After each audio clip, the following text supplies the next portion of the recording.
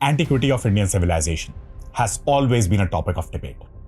Ancient scriptures like Ramayana, Mahabharata, Vedas have always been questioned for their historical accuracies. On top of that, theories like Aryan Invasion and Sanskrit being a foreign language have divided the Indian society in Aryans and Dravidians and Tamil and Sanskrit.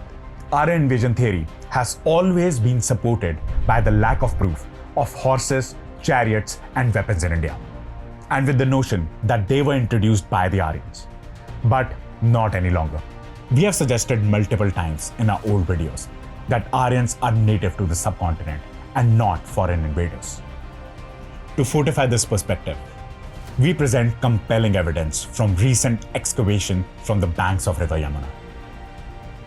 This evidence not only challenges the Aryan invasion theory, but also questions the dismissal of Ramayana and Mahabharata being a mere myth.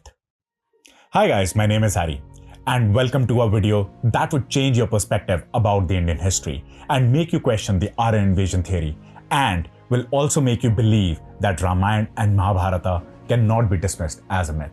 Kindly support us in our quest to bring you content on Indian history and Sanatan culture, so don't forget to like and subscribe. Now without any further ado, let's start with the video. Ved, Ramayana and Mahabharata, all three have mentions of horses and chariots. In Rig Veda, there is a detailed manual on how to manufacture a perfect chariot. In Ramayana, we have a king called Dashrath, who is father of Ram. Dashrath means owner of 10 chariots. And the Mahabharata was fought on horses and chariots. But if Aryans got chariots and horses to India, then these books should have been written after 1500 BC. And they should be a mere myth, right? Whoever believed this should now be laughing at themselves.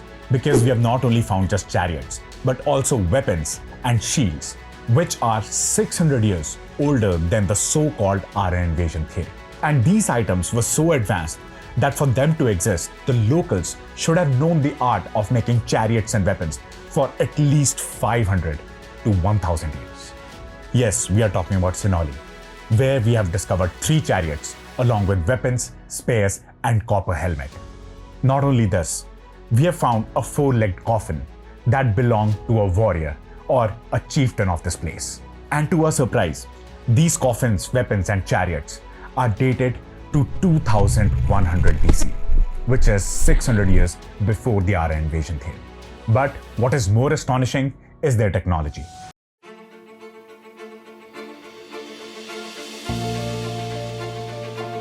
One fine day in 2005, in Sinauli, in Bagpat district of Uttar Pradesh, a farmer was doing his usual business, plowing his fields. He stumbled upon something interesting that resulted in excavation of the site. After that discovery, he alerted the local media, after which the team from Archaeological Survey of India arrived at the scene and started digging. If the reports are to go by, the first excavation continued for 13 months, during which they unearthed coffins, skeletons, pots and chariots, along with a copper helmet that could arguably be the world's oldest helmet, which tentatively dates back to 2000 BC. Like Hastinapur, Indraprasth, Dwarka and Mathura are few of the cities which are mentioned in Mahabharata. Similarly, Sinauli has folklores where it is said that it was part of a negotiation between Lord Krishna and the Kurus during the Mahabharata war. So even before the excavations, this village has stories and legends of its own. The site was previously explored by D.V. Sharma and his team in 2003-04 and 2005-06, uncovering a necropolis, a grand cemetery with intricately carved tomb monuments. During the excavation, unique coffins were found. These 4-legged coffins had lids adorned with detailed carvings and covered with thin copper plates.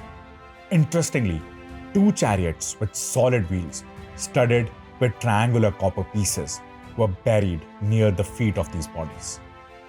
The tomb revealed a systematic arrangement of bowls, pots, vases around the body, some even containing rice buried along the individuals. Remarkably, these burial practices were in line with the Vedic culture. Various weapons like copper antenna swords and shields were discovered here. An animal whip was also found, indicating that the tribe residing in these areas had a good control over animals. Surprisingly, along with the male warriors, female warriors were also buried with their swords. Pottery discovered here belongs to the ochre-colored pottery culture. While Sinauli may not be as extensive as Harappa or Rakhigarhi, but its findings challenge the preconceived notion and may provide the answers to the fate of the people of Indus Valley civilization and addressing questions about their disappearance. So now, let's look at the impact of these discoveries. Firstly, the practice of bearing chariots, pots, and weapons along with the individuals raises a question of its purpose. Contrary to the belief that this ritual was like the Egyptians preparing for the afterlife, it's essential to recognize that these individuals were not that naive. What we know as of now, that this was to honor the deceased individual's identity, status, or possibly their role in the society, aligning with the burial practice mentioned in Rig Veda. Artifacts and weapons symbolizes the skills and achievements, and perhaps the social standing of the person being laid to rest. Chariots in particular had a special importance, potentially indicating a person's association with chariot warfare and a prestigious role in the community. Thanks to their practice, that now we can decode these chariots and understand their use.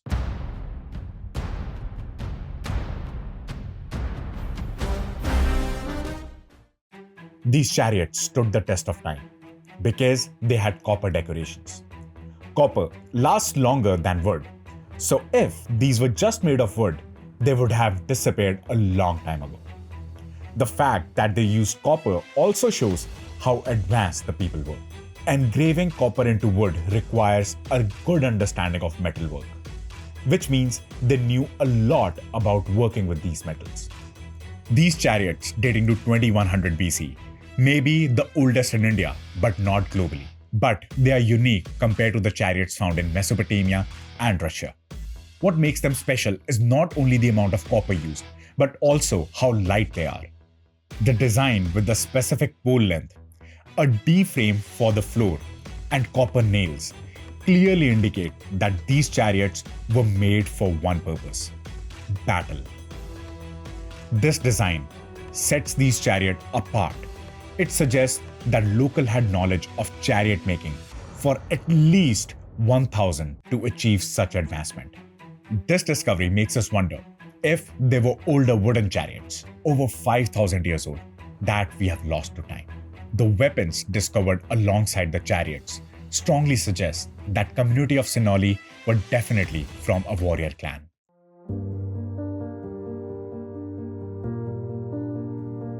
One remarkable tomb belonged to a female warrior, identified through DNA analysis and bone examination, standing at approximately 5 feet 7.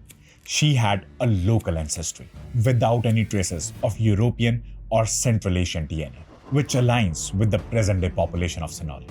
The gold jewelry buried along with her is different from the one that we have found in Harappa and even more advanced. Weaponry uncovered included an antenna sword and a copper shield, providing the evidence of oldest swords and shields dating back to 4000 years. Among the shields found, some were even adorned with stones. Unearthing of numerous weapons, shields, and chariots calls into question a peaceful society in ancient Sinauli. It is important to note that only 10% of the Sinauli civilization has been excavated so far, and the archaeologists have confirmed that the inhabitants were indeed a warrior clan. The upcoming stages of excavation hold the potential to reveal more about their history and way of life. As we wrap up, the discoveries in Sinauli blurs the line between reality and myths, connecting us to our ancient past. Do subscribe for more revelations. This is Harry signing off. Stay curious.